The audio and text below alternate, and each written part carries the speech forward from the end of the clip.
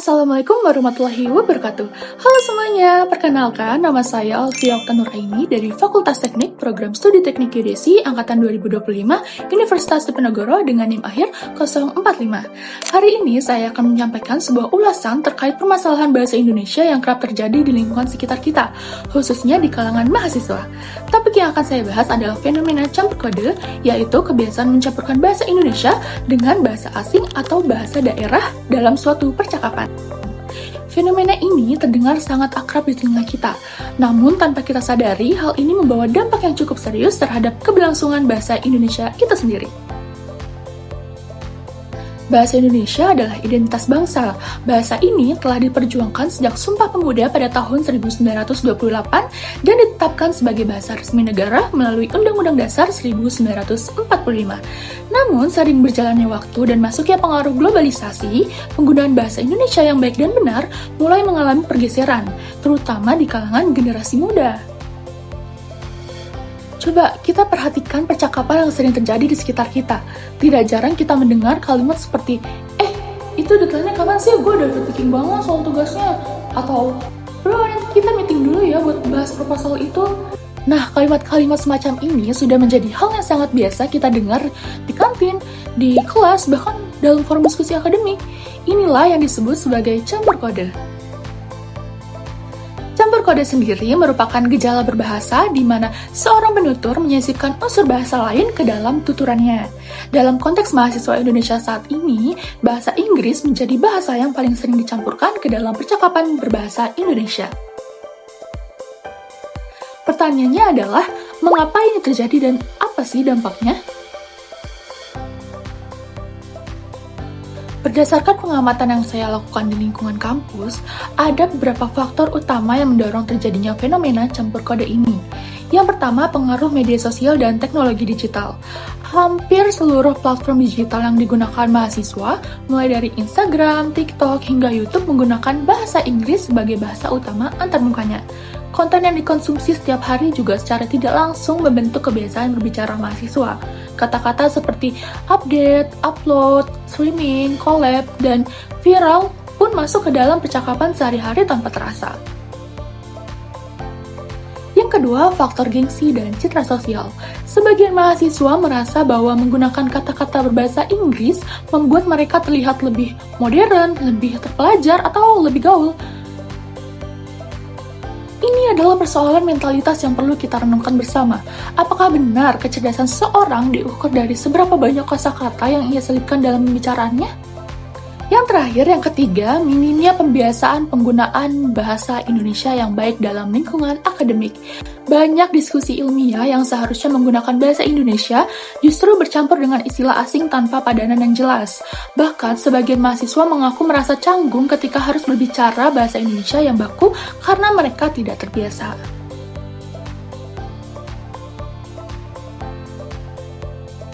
Nah, fenomena ini tentu tidak hadir tanpa konsekuensi. Ada beberapa dampak yang perlu kita cermati bersama. Dari sisi kebahasaan, campur kode yang berlangsung terus-menerus dapat mengikis kemampuan mahasiswa dalam menggunakan bahasa Indonesia secara utuh dan benar. Ketika seseorang terbiasa menggantikan kosakata Indonesia dengan kata asing, lambat laun kosakata bahasa Indonesia dalam benaknya akan semakin berkurang. Ini adalah bentuk degradasi kemampuan berbahasa yang nyata.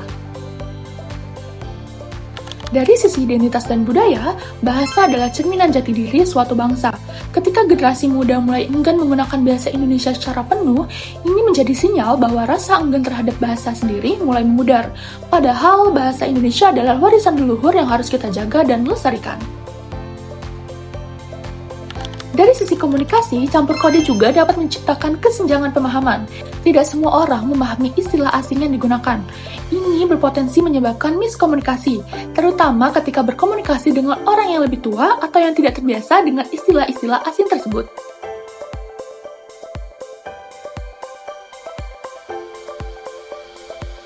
Saya ingin mengajak kita semua untuk sejenak merefleksikan percakapan yang mungkin kita lakukan sendiri kemarin, atau bahkan tadi pagi, tadi siang, tadi sore, tadi malam. Pernahkah kita berkata, gue lagi multitasking nih sambil ngerjain tugas, sambil nonton, atau kayaknya gue butuh me time dulu deh. Atau mungkin dalam konteks akademik, dosen gue minta kita submit assignment nih lewat platform online sebelum deadline. Coba deh, kita terjemahkan kalimat-kalimat tersebut ke dalam bahasa Indonesia yang baik dan benar. Saya sedang mengerjakan beberapa hal sekaligus, atau saya perlu waktu untuk diri sendiri. Nah, ternyata bahasa Indonesia kita mampu mengungkapkan hal yang sama dengan baik, bukan? Lalu, mengapa kita masih memilih untuk mencampurkannya dengan bahasa asing? Sebagai ulasan yang bersifat objektif, saya juga perlu menyampaikan bahwa fenomena campur kode ini tidak sepenuhnya dapat dipandang secara hitam putih. Ada kondisi tertentu di mana penggunaan istilah asing dapat dibenarkan, yaitu ketika suatu konsep memang belum memiliki padanan yang tepat dalam bahasa Indonesia, seperti istilah-istilah teknis di bidang teknologi informasi atau ilmu pengetahuan. Dalam konteks tersebut, penggunaan istilah asing merupakan hal yang wajar dan bahkan perlu digunakan. Namun, persoalannya adalah ketika campur kode terjadi bukan karena kebutuhan, melainkan karena kebiasaan atau gengsi. Inilah yang perlu kita kritisi bersama. Kita perlu membedakan antara kebutuhan linguistik yang sesungguhnya dengan sekedar ikut-ikutan tren berbicara. Saya juga ingin menekankan bahwa penggunaan bahasa Indonesia yang baik dan benar bukan berarti kaku atau tidak modern.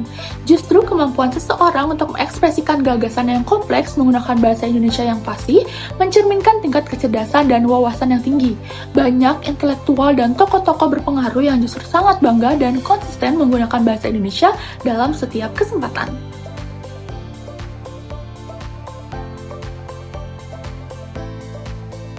Sebagai bagian dari ulasan ini, saya ingin menyampaikan beberapa rekomendasi konkret yang dapat kita terapkan dalam kehidupan sehari-hari. Yang pertama, mulailah dari diri sendiri. Cobalah untuk secara sadar menggunakan bahasa Indonesia yang baik dalam percakapan sehari-hari. Setidaknya dalam lingkungan formal, seperti kelas, diskusi kelompok, dan presentasi. Kebiasaan ini akan terbentuk secara perlahan namun pasti. Yang kedua, perkaya kosakata bahasa Indonesia.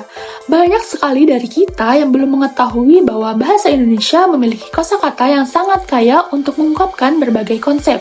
Misalnya, kata unduh untuk download, unggah untuk upload, perkiraan untuk forecast, dan masih banyak lagi. Badan Pengembangan dan Pembinaan Bahasa Indonesia bahkan telah menyediakan kamus besar bahasa Indonesia secara daring yang dapat kita akses kapan saja. Yang ketiga, jadikan komunitas sekitar sebagai lingkungan yang mendukung penggunaan bahasa Indonesia yang baik. Ketika teman atau rekan kita menggunakan istilah asing yang sebenarnya memiliki padanan dalam bahasa Indonesia, kita dapat mengingatkan dengan cara yang santun dan konstruktif. Ini bukan tentang menghakimi, melainkan tentang saling mengingatkan untuk menjaga bahasa kita bersama. Yang terakhir, yang keempat, dosen dan tenaga pendidik juga memiliki peran penting.